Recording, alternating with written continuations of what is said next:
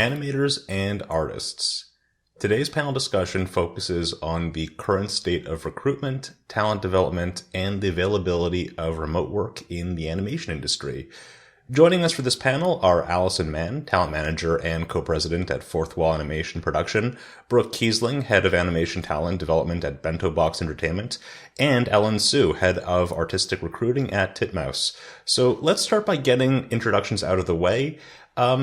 Alison, can you tell our audience about yourself and your experience in recruiting and talent development? So I've been in the industry for over 20 years. I started off as an artist, and then I had my first gig actually as an intern at Nickelodeon Animation Studio. And then when I graduated from school, I got offered two jobs, one being a PA on Go Diego Go, and the other one was working special events. And then part of that job of special events was dividing up portfolios and giving them out to all the productions. So I didn't know 100% what I wanted to be. So I went the special events route. And I fell in love with the dividing up the portfolios, less the events, but really the working with the studio to figure out how to place artists. And so from Nickelodeon, I went to Disney. Then I did a 5-year stint in gaming between Disney Interactive and Zynga. And then I went to Paramount Animation and then Illumination. I swear I'm not a job hopper. And then I got recruited to Sony Pictures Animation. I was their VP of Creative Strategy. And then I did a career swap this past, I guess, in the last 8 months to be a talent manager. So repping different creative leaders in our industry. And then also producing. So I'm producing animated feature, TV, and dabbling in a little bit of live action. So that's a little bit about me and my background. That's really and then cool. I have a nonprofit called Brick, with a Brick Foundation, and it's about creating access points for women and underrepresented group. Thank you, lady.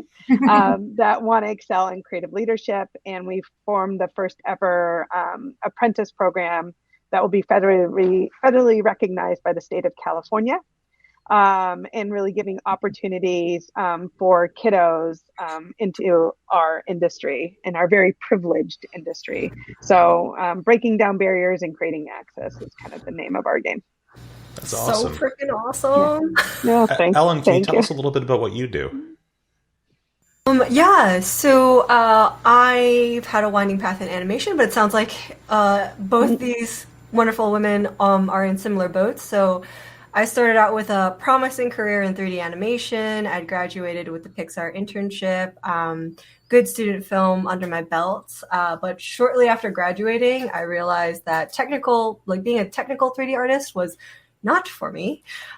So completely redid my portfolio, pivoted, hustled a couple of projects, just to build up that experience, and jumped into a 2D design path. I wanted to freelance out of school, just jump around because I wanted to explore different work cultures, atmospheres before kind of locking down to one studio to learn. And then 3 years later, settled down at a little animation commercial studio in New York called Nathan Love, because I really love the people there. And for 5 years, I was a director for animated projects, clients including Nickelodeon, NBA, and TED Ed. During this time, I also started teaching at the School of Visual Arts, fostering kind of award-winning student films. A couple were nominated for Student Academy Awards. And that's kind of where I realized a passion for teaching, for mentorship, just sharing that knowledge. So I started spending a lot of time also volunteering for women in animation, helping out with scholarships and mentorships and informative panels. I would do event planning. And it just became, it's a great tool for people looking to expand their network. So after 5 years of that, realized, again, I wanted to have a change. But I was looking from the outside the episodic animation industry.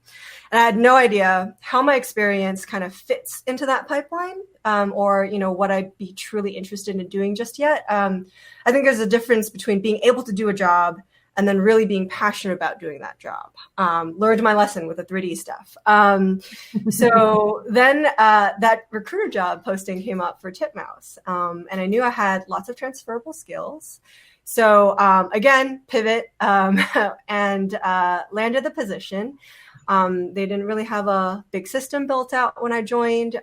So I used all of the experience from, directing, hiring artists for my own projects, from teaching and mentoring students, everything I was doing for WIA, and implemented it there. Started a lovely recruiting internship program where we're trying to target artists from animation schools that have that artistic background and eye into a path that I don't think I see a lot of traditional, you don't go to a school for recruiting. How do you learn what that is, So that's happening. And recently I was promoted to head of artistic recruiting there. So looking forward to expanding more and making people's dreams come true. Yay. And Brooke, what was your path to recruiting and talent development? I will say also a winding path, and I don't know who's watching this, but if there's students watching this, I just want you to know that you just don't know what you're going to do in, 5-10 years. So just have your goals, but just be open to all the twists and turns, because everyone I know who works in this industry pretty much has some kind of winding path. It wasn't just straight to what they wanted to do, or most people. Anyway, so my start was I grew up in Los Angeles, and I always tell this story, but I won't make it as long as it sounds like it's going to be. But my dad owned a model train store when I was a kid, and a lot of his customers were animators. And like most kids, I drew a lot, but I loved animation so much. And I think a lot of people age out of their love of animation, and then people like us are just like, of course we'll keep loving animation. Why wouldn't you not keep loving animation? So I asked the animators who came to my dad's store how do I do that? And they just all said, at that time, CalArts was the only place on the West Coast really that you could learn animation. So when I graduated from undergraduate school at UC Santa Cruz, I applied for CalArts and went for my MFA and made a bunch of films there. And at the time I thought, I'll be an independent filmmaker, because I'd always see these great films like from the National Film Board in Canada and, all these independent films from all over the world. I'm like, how do you just do that for a living? But of course we don't have a National Film Board in the United States, unfortunately. So I made films that, went to festivals. One of my films won the Student Academy Award, went to Sundance, Cannes, all over the place, traveled with that, and then was like, okay, now what? And realized it was really hard to make a living just making films. So but I got a job working at a visual effects studio doing miniature effects, because I had done a lot of stop motion when I was at CalArts. And so we would fabricate large scale miniatures that we would blow up or crash for films like The Dark Knight and Inception and Hugo and The Aviator, and then a bunch of really not great films that I won't mention. But the jobs were always fun. So I got to build and paint and, fabricate things, and I learned welding, and I learned how to drive a forklift, working on, because it was live action sets. It was really fun. But that was kind of a dying industry. There's not that much work in it. There's only a few directors who use a lot of models anymore. So my real love obviously was animation. So I pitched myself to Cartoon Network as a recruiter, because I had, in between jobs at that visual effects studio, I would do recruiting just to help them out, because I'm really a people person. So I just kind of started recruiting without even knowing I was recruiting, because my boss was like, hey, can you help me go through these portfolios? And I was like, yeah, this is fun. And so I pitched myself to Cartoon Network and was their recruiter for a number of years. And then I got headhunted by Disney and went over to Disney for a while. Was kind of too big and corporate for me. It was just like this massive studio, and it was hard to be creative there in my job the way I was at Cartoon Network. So then I left and then went briefly to the animation union, where I learned all about like the union contracts and how all of that works, but I really missed recruiting. So as soon as a recruiting job popped open again, Bento Box reached out to me, and I've been at Bento Box. And we make Bob's Burgers. I wore this shirt today, just got it in the mail for the Bob's Burgers movie is going to be released in May. So they just sent me a bunch of swag, which is nice. And so we have Bento Box LA, and we have Bento Box Atlanta, and we have Bento Box Australia. And I'm the head of animation talent development for all of those spaces. We also have, besides Bob's Burgers, we have Duncanville and Paradise PD and Housebroken and The Great North. I don't know. We have it feels like we have a billion shows right now because we got so busy during COVID. So I help with all of that. And then we also have an NFT company called Blockchain Creative. So I'm helping recruit talent for that. And we have a TikTok division called A Studio Digital. So I find people for that. And it's really exciting and fun to find talent for all of these areas, especially areas that didn't exist before. I find that really exciting. And it's one of the things I love most about animation is it's just constantly changing. So it's never boring.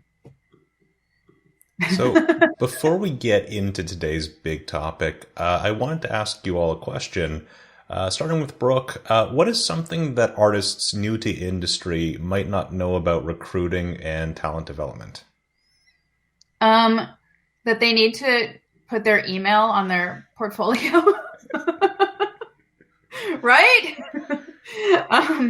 There's so many times we're just like, I just need your email address. And we're like, I mean, it happens almost once a week. It's that often where someone will say, it just happened yesterday. There's an editor that we're interested in. Can you reach out to them? Sure. I look them up.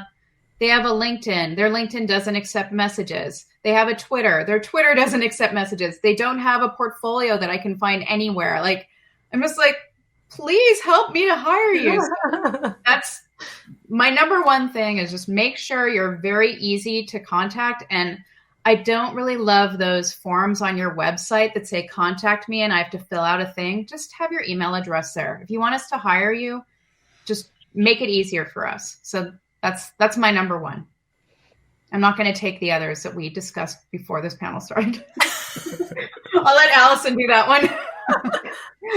Alison, do you have anything you'd like to add?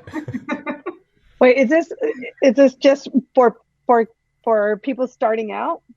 Yeah, for people starting out who might not be aware about certain aspects of the recruiting process. Well, what we talked about earlier is that realize there might be only kind of one or two humans managing a whole entire process of getting people in the door. So be kind, be patient, lead with empathy and understanding. And I promise you that will take you really far. I think sometimes people make assumptions or they feel kind of like in a kind of a victim mentality of like, oh, I guess this person's not getting back to me. I'm not good enough. It literally could be that we are buried under thousands of emails. And I always have to bump my friends when I'm emailing them too, like bumping this to the top of your inbox, just so that sometimes we get so busy and it's not malicious intent, but it's just, there's so much to get through in a day. So just remember when you're touching base, find that way to connect and remember that we're not robots, that we're humans, and that we're also not magicians. We can't make you get a job. We can help you in that process. But at the end of the day, we work for a bigger company that does all the hiring. We do kind of the funneling.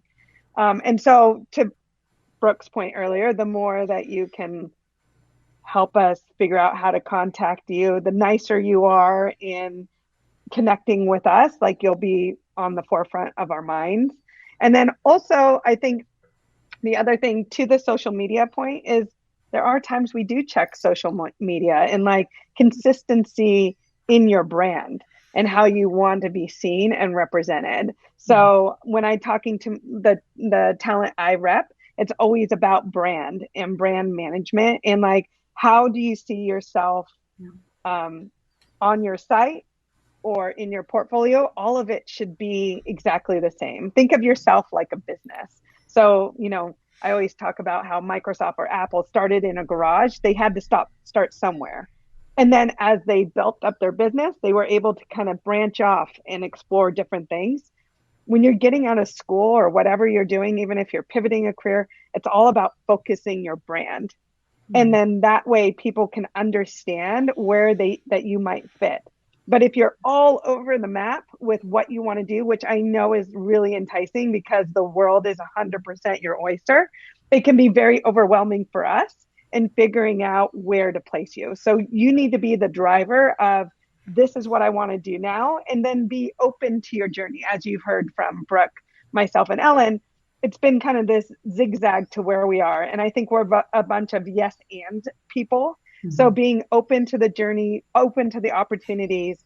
And that doesn't mean the big dreams aren't going to come true.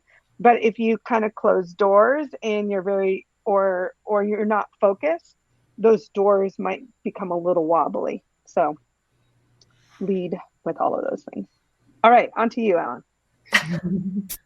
I guess piggybacking off of that. All the yeah, recruiters are not the only people that can champion you to a team.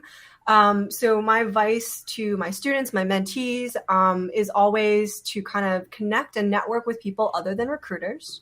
The next in line that have a lot of hiring power is obviously producers, art directors, episodic directors, supervisors.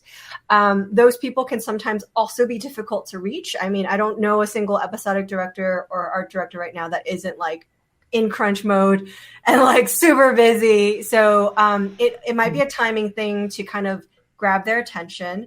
So another line out is like your production managers, your production coordinators, artists that have a couple of years in the experience in the industry. They could be the people that give you a recommendation that can put your resume at the top of the list. And if you went to an animation school, that's great. That your students, your fellow students, all of those, your teachers are your network. If you don't have the opportunity to go to a 4-year college, there are, Brick is one of those places where you could network. WIA is one of those places. Rise Up. There's so many organizations out there now where you can find people, ask them to talk with you for 15 minutes, Definitely do your research on those people. I feel like some people reach out willy-nilly without much thought about who they're reaching out to, Like if you want to be a background designer and you're snooping on Pixar artists, if you connect with an editorial person, I don't know how much help they're going to be for you in what your goals are. So do your research, do a little bit of respectful snooping, and try to cast that wide net to connect with people. And when you reach out, be specific about what you want. I'll say a pet peeve of mine is when people just reach out and they're like, oh, hey, I've heard you've recruited for a lot of places. Could you give me any advice? And I'm like, I could give you a year's worth of advice, but I don't know what is your question? What do you need advice on? Like, I'm too busy. And that question always just kind of like, right. I don't know what to do with it. I'm like, yeah, I can give you advice. What's your question? Yeah. Like when things are too broad, like the same thing with asking for a mentor too, right? Like when you're asking something of very busy people, sometimes they have tunnel vision. And it's like, if you give them an actionable thing to like respond to, like they go, oh yeah, I know that answer. And like, can like go and 2 seconds and give you an answer. But then when the action or the ask is too broad, it's like, my brain is spinning and now I have 10 emails I'm behind on. All right, moving on. 100%. I think like, if you think of us as, on the recruiting front, there's always like the 3 buckets, right? There's the active candidates. It's like the people that are applying. There's the passive people, the people that we go target, just like if people target us, it's the same thing. And then referrals. So you typically want to try to be in the first 2 buckets if you can, and so that you're on people's top of mind. But as recruiters or people that are reaching out, like when I'm looking for, say, new clients, like I'm very targeted in what I say. Like I do my research on that talent. and like why I'm attracted to their work or why I feel like I would be an add value to them in support. When I was recruiting, it was the same thing. It wasn't just a blanket email. So we're doing the work on the reverse, like, and so we kind of expect the research to be done on the candidate side as well. And that work saves people time. Mm-hmm. So they're not connected to a opportunity that isn't right for them, or vice versa. Exactly. So we're hosting this discussion because there were many very rapid changes in the animation industry over the past couple of years. If we were to travel back in time to 2019, what would you say the typical policies on remote work were like, and how have those changed? So there's kind of a before and after in this question. Ellen, would you like to start? Yeah. So before I joined Titmouse at the studio Nathan Love, I had floated the idea to my boss prior to COVID. Hey, maybe we could do like a 1 day a month work from home situation. It's just kind of nice to be able to roll out of bed, maybe cook lunch for myself, maybe do a load of laundry on my lunch break, and then get back to work. And he was totally not for it. He was like, I don't see how that could be possible. And then the pandemic happened. We all had to be forced back into our apartments, and he was the first out of everybody to move out of the city and just totally buy into the upstate cabin, woodsman life. And now, while we still have an office in the city for anybody that wants to be there, he is running a studio full-time remotely. So, I think this situation, pros and cons, probably for a lot of people that are introverts or socially awkward or have social anxieties, it's a godsend. Parents as well, but there are also some jobs that are very difficult done remotely. And I think there are certain social and networking opportunities are hard to do remotely. So pros and cons, pros and cons. Mm-hmm. Yeah. But hopefully, I feel like if one studio says, no, we are not allowing you to work remotely or even part-time remotely, there are other studios out there that are conducive to that. So if you're finding that, where you're at isn't, I would encourage you to possibly look elsewhere.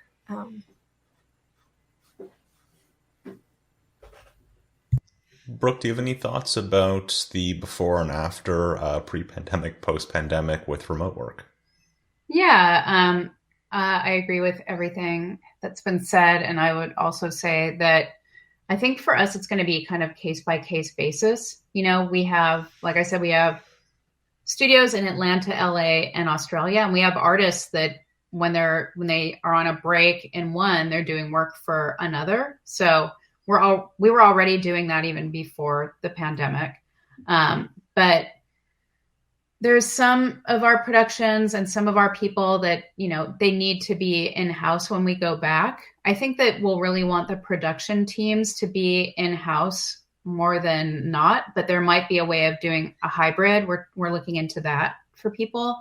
One of the issues is like, the studio, in normal times, pre-COVID times, they paid for the equipment, the Cintiq, the edit bay, whatever, the things that you need to do your job in one place. So I don't think it's fair to ask a studio to give you two sets of that, one in the studio and one, at home. But if you want to work from home more, maybe you can work from home and have your equipment there and then use shared equipment when you come to the studio, and you won't have an office or, your own cube at the studio, but you'll have a place where you could do some work, and we can look at scheduling that out.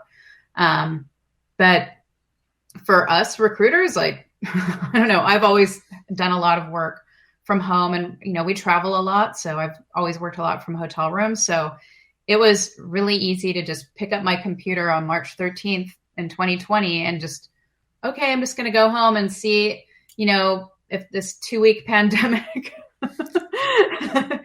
is over. I'll just work from home for those 2 weeks or whatever we thought it was going to be. And, 2 years later. But I really like that we've been able to hire more and more international talent during this time period than we ever were before. There are some issues with the animation union and the way they do things. And I know some union members have moved out of state, and I don't know how that works for their healthcare, because the healthcare that they have is called MPI PHP. That's based in Los Angeles. And I don't know how that will cover people if they move away. So if you're a union member, you get your healthcare through the union. And so I think those will be bigger issues, honestly, than for the studio itself. But I guess we'll cross that bridge when we get to it. But I think it's a really exciting time. And I like that COVID showed us all that we can all be super productive working from home. Like, I get as much or more done working from home, but I do miss events, and events are really helpful for recruiters. So I can't wait to go back to Comic-Con and WonderCon and the Ottawa Animation Festival and la, la, la, la, la. Yeah, and those are some really good points about the specifics of the animation industry, where a lot of artists are working on these big Cintiq screens, and the question of like, how do you set that up at home and also in an office if there's a hybrid situation, and then questions about the state of the unions in healthcare if you're moving out of state. So I think those are really fascinating points that you brought up. Alison, is there anything that you'd like to add? I was just going to double down on what Brooke said about international. I think for my years of being a recruiter, I was always told, no, they need to be in-house, or we had to deal with visa challenges, whether it's an H-1B or an O-1, and that could take months, and then like to get somebody started. But now we know that we could potentially hire somebody remotely, and then we could do it while maybe waiting on getting that visa, and we don't have to worry about if they didn't get into the lottery of an H-1B.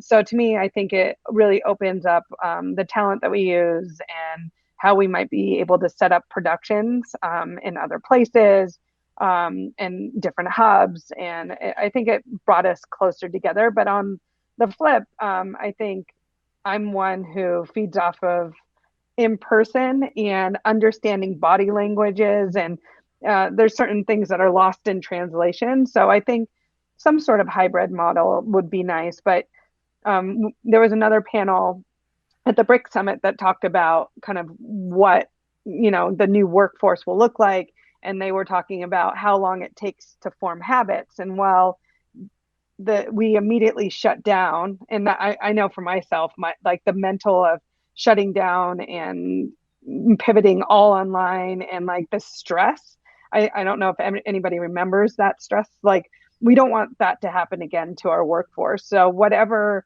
the kind of structure is, I think it needs to allow people to undo the habits that they've formed over the past 2.5, 3 years. And it might be working parents who now can go pick up their kiddos, and what does hybrid really mean, and how do you still give that flexibility to the people that don't want to be stuck in traffic 4 hours a day, and how does that really impact productivity, and analyzing all of that, and then again on a psychological standpoint, easing people back in and not just ripping off a Band-Aid and seeing if they can muster through. So I think it's all of those things kind of rolled into one. Alison, I like how you bring up the personal side of it's not just about the workplace or the industry, but also about that extra hour and a half that you get back from your commute. I want to ask, for those artists who feel that remote work is something that they want to pursue long term, do you feel it will be a viable path for artists in the industry going forward? Me? Or who? Sorry, starting with Alison. I think so. Yeah, I think it would be a viable path moving forward. Absolutely. I don't know if I have much more to add than that, so I'll punt over to Ella and Brooke, who are in the studio systems themselves. They might have better kind of viewpoint on those. All right. Ellen, how do you feel about that question? Do you feel that remote work will be a viable career path for artists in the industry going forward? Yeah, certainly think so. And again, you know, like just this year, based off of both my experience, my colleagues and friends' experience about hiring artists, I think it's been a big boon again for introverts or certain, you know, people that have difficulty under normal circumstances going into the office. And I think we can continue, like if they're really talented and we want to work with them, and that's what makes it possible. I feel like that's kind of where Brooke's like certain circumstances, right? You know, case by case situation. And I guess things to consider for artists that do want to work remotely is, again, that kind of bonding and social aspect that is much harder to do remotely. An example would be like, let's say you're really eager, you're a storyboard artist, you want to become a director one day. Super easy when you're in the office to like maybe see your director go into a meeting and run up to them and say, hey, can I sit in? You know, in the remote world where calendars are just hidden to you, you don't really know when those meetings are happening. You might not have the opportunity to like bump into somebody in the lunchroom and like make a connection that could result in your promotion or a job. So it's just something to think about. And like, I know there are different ways of doing that. But if you're out of the office and, you know, you're finding that you might be a wallflower and being forgotten, you might have to put extra effort into connecting in other ways. Mm-hmm. Yeah. Just being recognized for the work that you do. Differences, right? Time differences are an issue. Like I teach CalArts I was teaching over Zoom. Now we're back in person, but I had students who were in different countries and it was like 3 a.m. for them to come to class. And it's not ideal to have people, you know, someone who's international have to Zoom into a meeting at 3 a.m. But if they don't want to come here or they can't come here, I guess that's like, you know, the opportunity cost for that, but it's all workable, you know. Mm-hmm. Are there any other factors that artists might want to consider when deciding between remote and in-studio positions? Brooke, we can start with you. I don't necessarily think it's for them to choose as much as the jobs that they get. You know, if the job wants you, you know, or if the studio wants you badly enough, then, and you need to be remote, if you can't, like if you're not in LA and you can't come here or wherever, Atlanta or Australia, any of our places, then if we want you and we can make it work, then we'll make it work.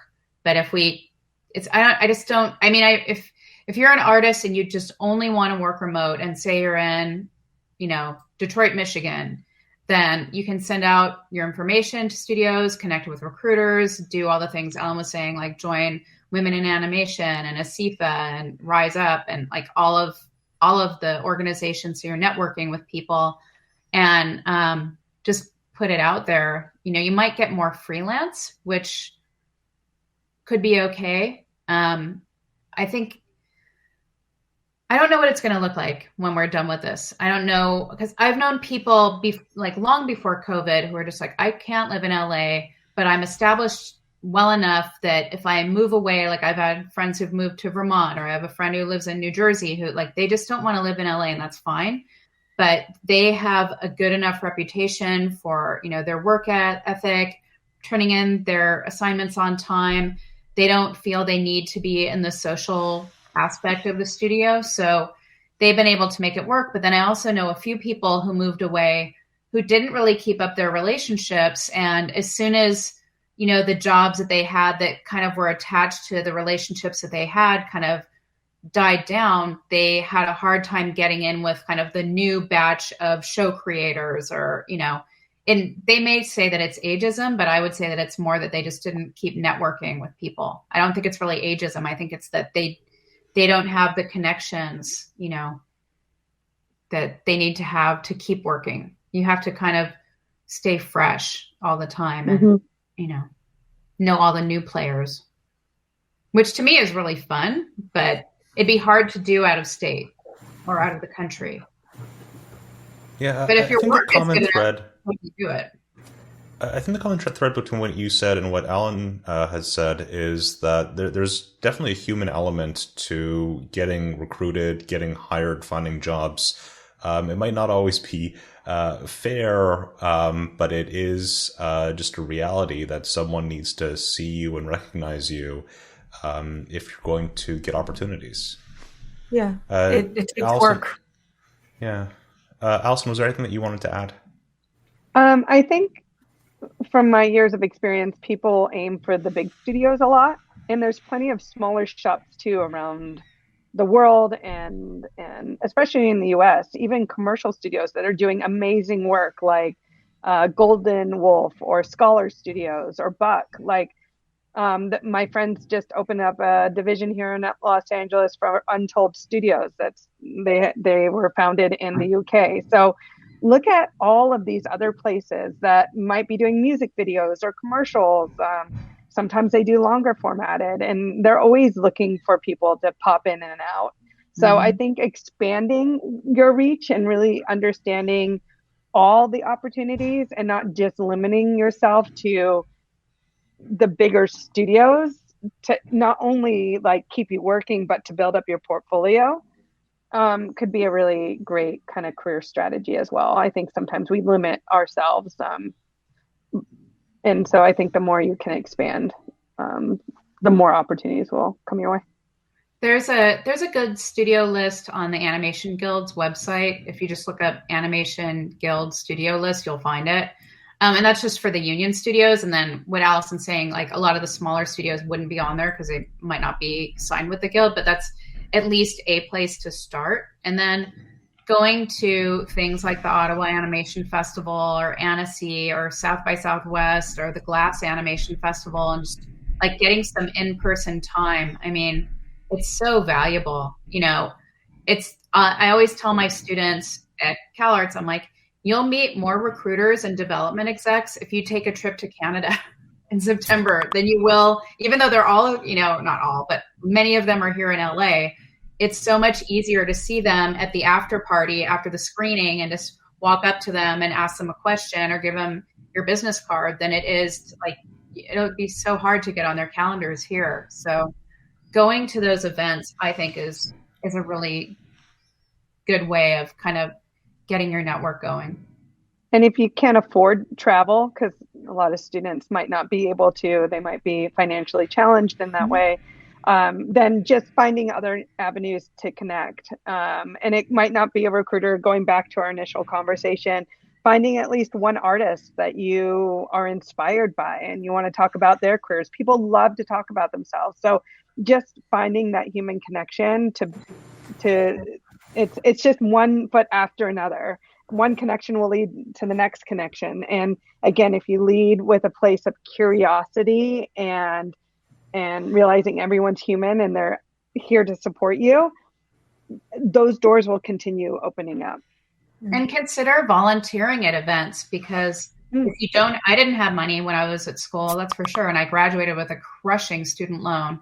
And I volunteered at some festivals, and I volunteered at the Annie Awards one year, just like checking people in. And then I got to go, you know, to the rest of the event for free. So that's, I mean, that doesn't cover airfare, but if you can get a few people to, you know, share a hotel room, and some people, you know, bring sleeping bags and some people like take turns having the bed, you know, just working it out in whatever way, or staying at youth hostels, you know, where there's a will, there's a way. But I know money was not easy for me growing up either.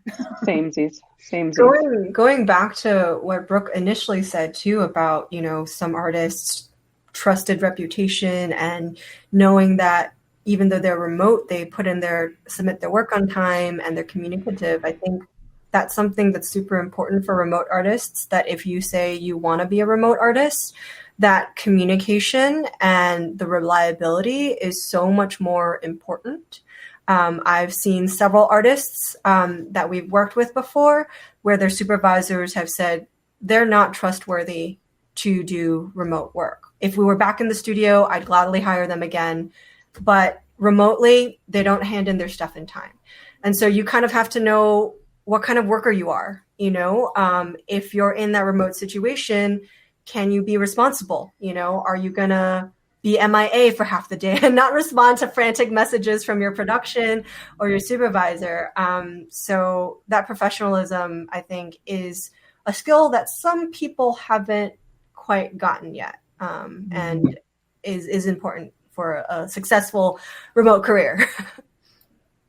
Yeah, we definitely had some artists struggle with work from home and just were not meeting their deadlines, and we had to let them go. It's like, if you can't get the work done. And I had the same thing with my students. Some of my students just like, I just can't get my film done. I'm just sitting in my house every day. I'm like, so you're going to quit school and then try to get a job. And guess what you'll be doing at your job right now? You're going to be working from your home on your Cintiq. So you may as well just finish your film and quit whining.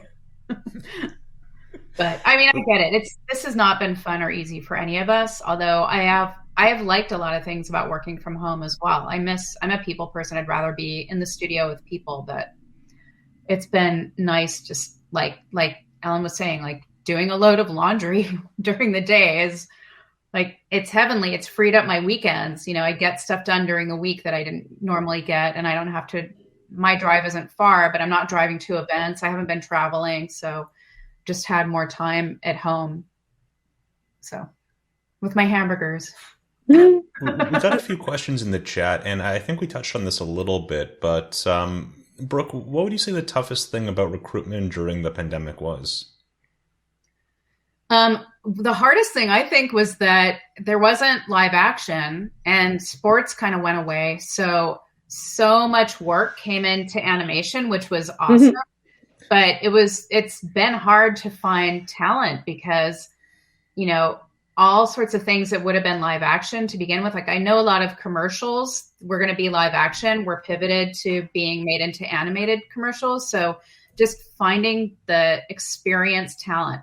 There's been no shortage of newbies that I've been able to place too, but finding seasoned, experienced talent, because you need on every crew for there to be some people who have experience, and then you can also like pepper in some people who don't have as much experience, and then they can mentor, the experienced ones can mentor them. But just, I feel like studios, we've just been having tug of wars over experienced talent, but it's great. It's a great problem to have. I'd rather the animation industry be this busy, but it is so crazy busy. And my students, I taught last night, they're like, we don't know if we're going to get jobs when we graduate. I'm like, there has never been a time in the history of planet Earth that's better than right now to work in animation. So just do your work and you will find a job when you graduate.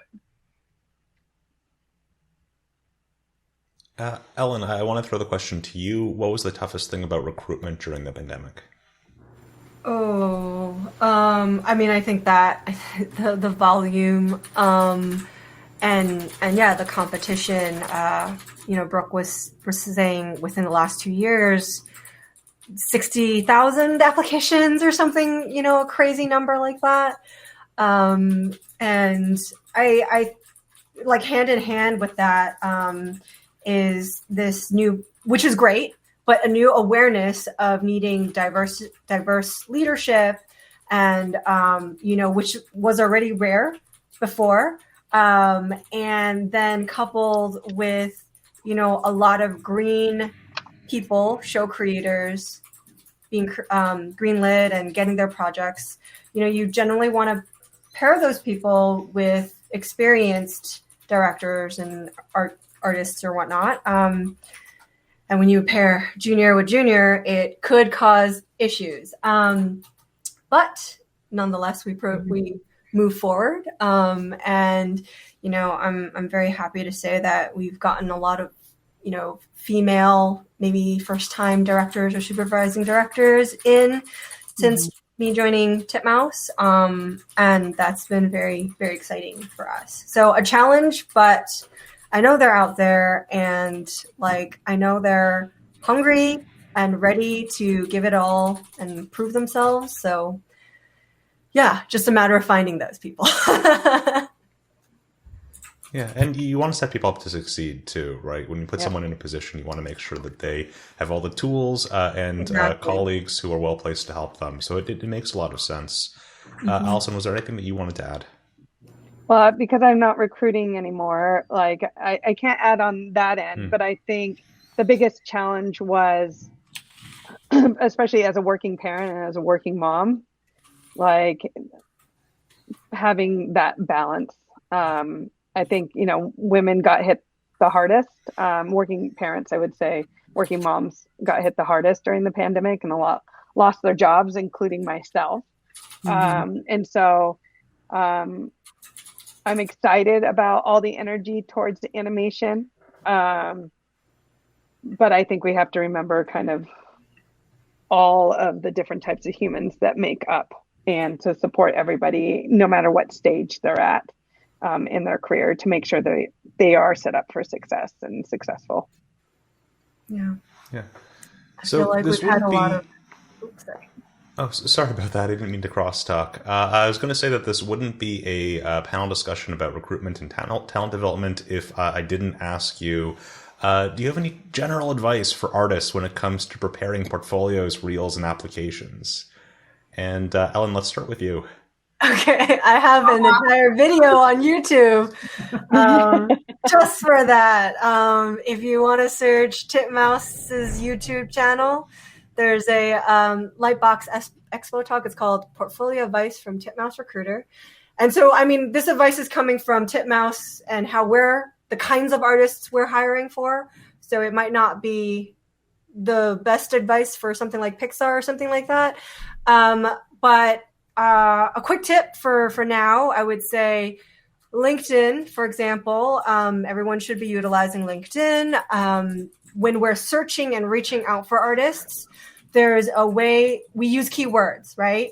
So let's say you did a freelance gig and designed some backgrounds for a YouTube animated project. You could label yourself as a freelance designer, but you're probably not going to show up when we're searching for a background designer, because the words I'm searching is background designer. If I search freelance designer, I'm going to get freelance motion designers, graphic designers, all kinds of designers from the rainbow. So you want to kind of, brand yourself, make sure everything on all your social platforms are using searchable keywords related to what you want to do. Whether that's Instagram or Twitter or LinkedIn. So that's a quick tip. But that's not because recruiters are lazy. It's because that there are thousands and thousands of applicants to sift through. Brooke, was there anything that you wanted to add? We're not lazy. We're not lazy. We're the farthest thing from lazy. Because it's just... Yeah, we have mountains and mountains of people we have to go through applications, and we want to make sure to place the right person with the right job. And we also want to remember that person. If they're not right for this job, we want to remember them for maybe it's 3 jobs down the line. So we have to have really good memories, which we all do. And, so we're not lazy at all. But a tip I would say, yes, to Ellen's point, research the studio where you're applying. So if you have in your portfolio all preschool artwork, but you're applying to a studio like Bento Box, we mostly are known for those kind of primetime adult shows like a Bob's Burgers or Paradise PD, Duncanville, those kinds of things. So if you only have CG stuff and preschool stuff, you might want to consider adding some things to your portfolio that would show that you could do 2D in a style that we hire for. Make sure that your portfolio is really well organized. If you do a few things, if you do characters design and background design and color design, make sure you have those in 3 separate areas so I can just search the thing I'm hiring for. And to Alison's point earlier, just be pretty specific about what you want to do. You don't have to pick just one thing. Like I was just saying, you could do a number of things, but just be clear about what those things are. But just saying I'll do anything isn't helpful, because we hire for so many things. We have post-production, editors, dialogue editors, coordinators, production people, blah, blah, blah, blah, blah. And then all the artists. And at the other studios where I worked, I didn't do as much recruiting for positions outside of artistic, but here I do. So I really enjoy that aspect of it, getting to know applicants on all levels. So just be specific about what you want to do and help us help you. Just, look at what you've got out there and make sure that if someone didn't already know you, that you're presenting the way you want to be seen. That's a good point. Alison, was there anything that you wanted to add? Yeah, so I look for people that are really good at self-editing and consistency. I think when getting out of school, everybody wants to put everything in the kitchen sink, including like every piece of work they might have done in school. So one, I look for people that go beyond a school assignment. So like, are you really invested in the arts? Because that is also going to separate you out. The people that are like eating, breathing, and living it and not partying every weekend, those are the humans. They might be going to a party and doing life drawings. Perfect. But maybe merge your college experiences together to double down and make an amazing portfolio. But your portfolio needs to be able to stand on its own. I've gone in and I've met with people who had to explain every single piece to me. Like whether I was at CTN or Comic-Con, they would walk me through of like, this is the story behind this piece of art. And I'm like, this is great. But if you were just submitting, I won't have any of that context. So it needs to live on its own.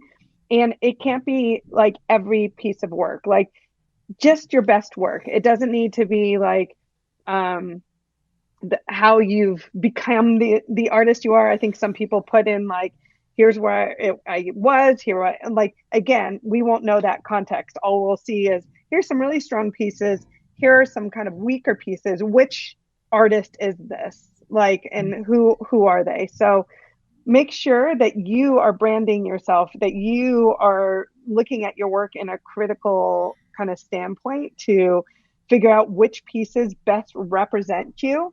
And so that way you can talk to those pieces about those pieces when we have a meeting and talk about why those pieces are important but besides that, they should again hold on their own.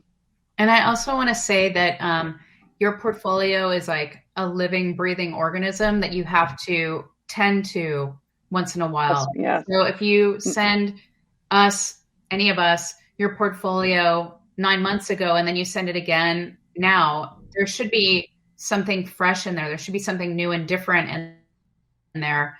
I don't want people to I know I'm seeing online, just people are having anxiety about feeling pressured to post on new art on Instagram every day. And I'm like, no, that's crazy. You shouldn't feel like that. Like, no. But if you haven't posted, in 9 months, anything new, then that's a little bit of a sign. Like, I like to see artists who are just making like their web comics or, it doesn't even have to be like super finished work, just showing that they have a passion for this. That's important to me to see, that someone has passion for it. And whenever I have students at CalArts who are whining about finishing their films, I'm like, okay, don't finish your film, but there's other schools and there's other people who aren't even in school and they're finishing their films and they don't need like leaning on them to make them finish their film. So just know that that's your competition. And I don't mean it to be a jerk at all. I just want them to know the reality of it.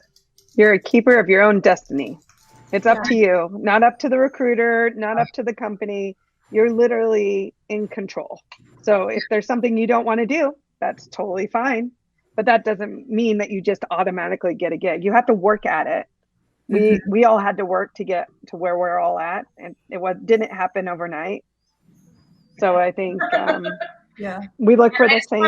I want to put in a plug about finishing films. Just, I will always remember a film better than I'll remember just a portfolio. Like if you're at a school, if you want to be like, if you're at Art Center and you want to do Viz Dev, that's fine. Like, of course you don't have to make a film, but if you want to be someone who is a director someday, finish your films while you're in school. Even if they're not the best thing on the planet, the fact that you finished it shows me that you can finish something and that you'll do your work. So that's my my plea for people who are in film school to actually finish their films.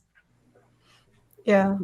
I Calling think making sure that you constantly improve, even if it's like just one project within 3 to 6 months. I had a producer. She is the sweetest woman, and she's the kind of person who will give people a chance.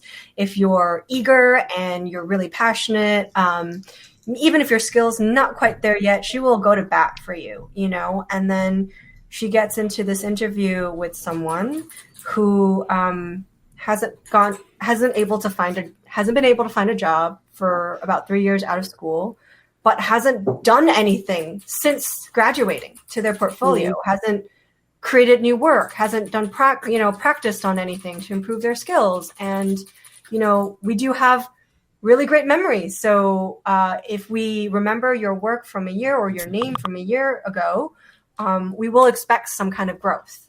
Yeah. All right. And my last question for everyone. Can I say one more thing about that? Yeah, absolutely. I just want people to realize that we go through hundreds / thousands of portfolios, within a year, definitely thousands within a year. And so, make your portfolio something that's like delightful for us to see. Like we want it. You can see if someone's excited about it. You can see the difference between that and like an assignment that you just kind of trudged through. There's an energy that comes through your artwork that is palpable to us. So, think of it as like trying to delight and entertain the person who's looking at it. All right. And my final question is, where can our viewers go to learn more about applying to your studio? So Brooke, do you want to tell us about how people can find work at Bento Box? Yeah, we have a website. There's a careers tab on it. It's just Bento Box ENT, like entertainment, bentoboxent.com. And we post jobs for our Atlanta studio and our LA studio. And we don't post as much for our Australia studio there because they've been kind of doing more like local searches, it's a smaller talent pool.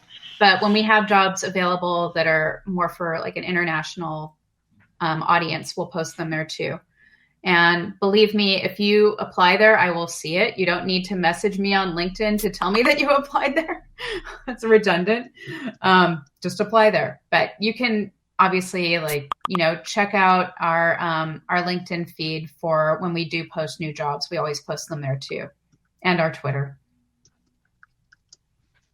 All right. And Ellen, how can people find out how to apply to Titmouse? Yeah, so our website is titmouse.net/careers.